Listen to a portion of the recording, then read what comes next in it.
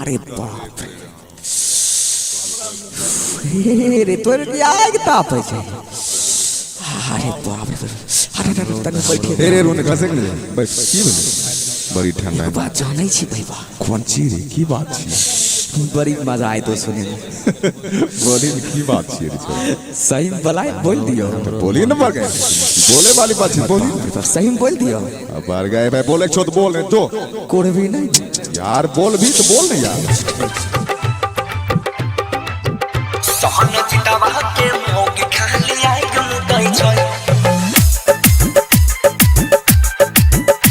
हिना गलावा के मोग खाली आई गम कई छोय Recording by Devi Music. आई रे सोनुआ के मोग खाली आई गम कई छोय हां निर्जा के मोगी रोशन के मोगी ये हन ठंडी में पंखा चलाई के सुतई छै गुडुआ के मोगी यमना के मोगी ये हन ठंडी में पंखा चलाई के सुतई छै सहन चितावा के मोगी खाली आइ के मुतई छै हिन डालावा के मोगी खाली आइ के मुतई छै DJ Om Shankar. सोनुआ के मोगी खाली आइ के मुतई छै रे भाई आजकल के मौगी के ने लागई छै जार रे बच्चों के रखै छै उघारे पुघार रे बड़ गाय भाई जान मारते हो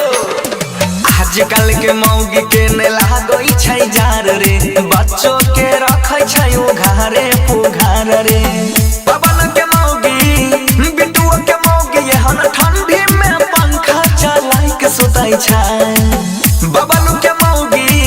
जोगन के मौगी एहन ठंडी में पंखा चलाई के सुतै छै गोरे लाला के मौगी खाली आइ के मुतै छै भाई रे सोनुआ के मौगी खाली आइ के मुतै छै सोहन चितावा के मौगी खाली आइ के मुतै छै DJ Om Shankar. रे सोनुआ के मौगी खाली आइ के मुतै छै रे भाई कहियो नहीं थापै छै लहगाई के घोरा मछड़ी बनाई के खाई छै रेहू के मूरा बड़ गाय भाई गाछ घास कर रे कहियो नहीं थापै छै लहगाई के घोरा मछड़ी बनाई के खाई छै रेहू के मूरा बबुआ के मौगी जोगवा के मौगी एहन ठंडी में पंखा चलाई के सुतै छै सुबधा के मौगी